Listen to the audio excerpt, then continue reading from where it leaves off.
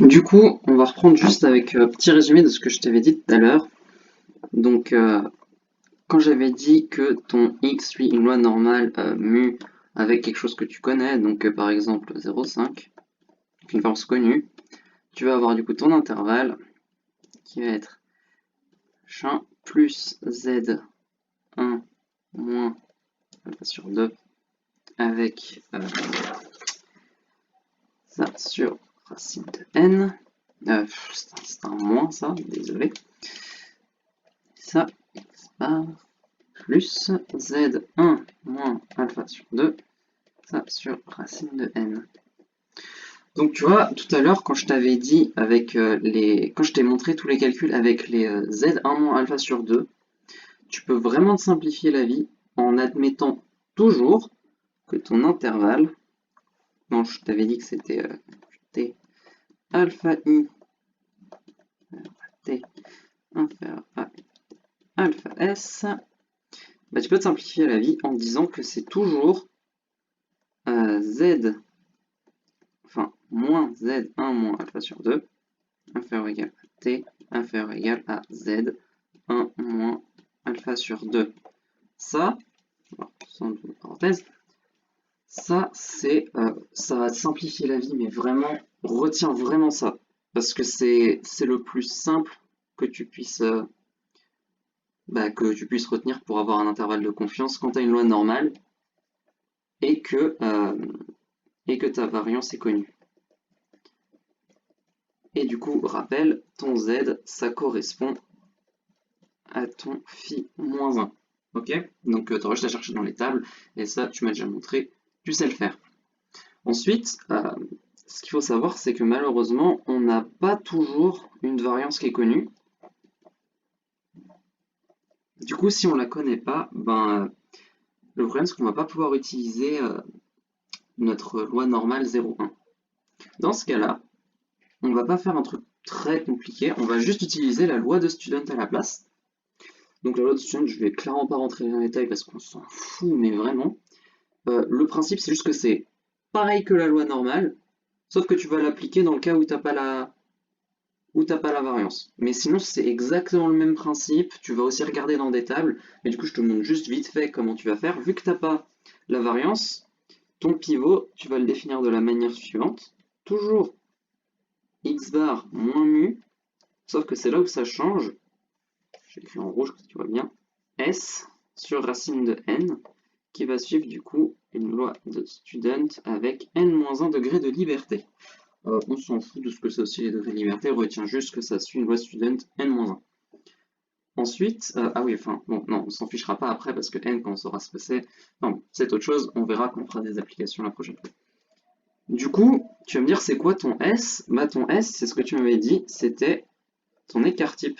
Donc, c'est-à-dire 1 sur, enfin, racine 1 sur n-1, somme sur n quand ça 1 dxi moins x bar au carré. Voilà.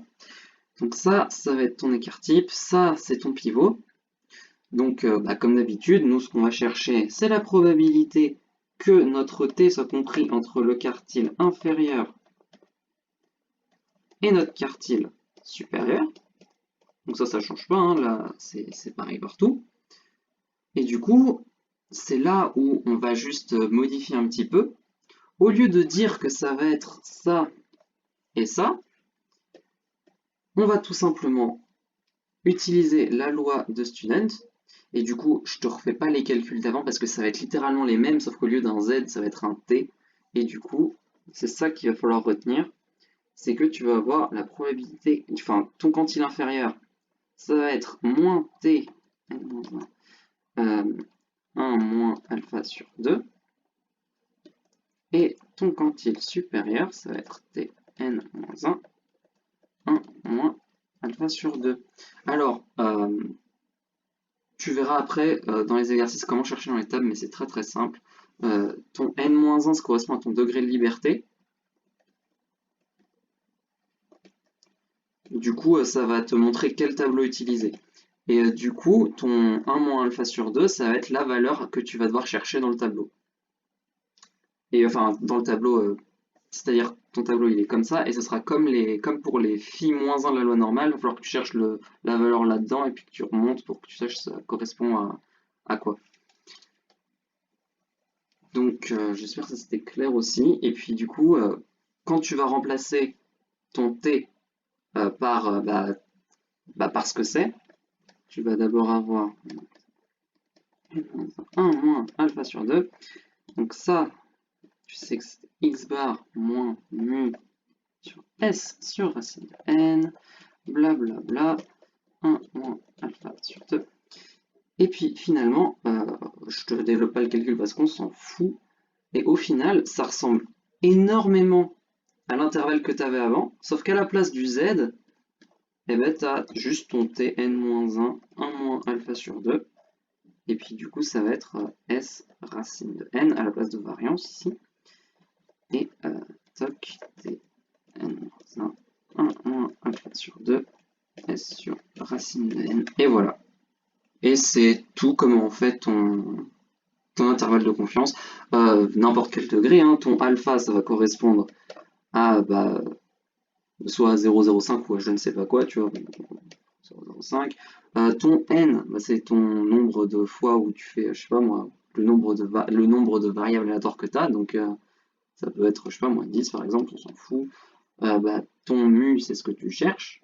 Donc tu sais, à chaque fois on cherche à isoler le mu. Bon, je t'ai pas écrit l'étape où en gros tu avais ça qui était supérieur ou égal à mu, qui était supérieur ou égal à ça, enfin qui était inférieur ou égal, bref, tu m'as compris. Ton S, tu le calcules, tu as la formule, hein, c'est l'écart type. Et puis ces valeurs-là, il suffit de les chercher dans les tables. X bar, c'est la moyenne empirique. Et puis tu as tout après, le N tu l'as, le S tu l'as, ça t'a, puis voilà. Tu as juste à remplacer par les valeurs numériques et puis c'est gagné. Donc ça c'était normalement tout ce qu'il y avait à savoir sur les intervalles de confiance. En vrai c'est pas très compliqué une fois que tu sais comment le faire une fois. Tu retiens ça, ou alors tu peux carrément directement retenir c'est quoi l'intervalle de confiance à la fin. Bon après je te déconseille parce que je pense qu'il faut vraiment développer. Mais voilà, retiens ça, pour quand tu connais pas la variance, et retiens du coup ça, quand tu connais la variance. Voilà. J'espère que c'était clair.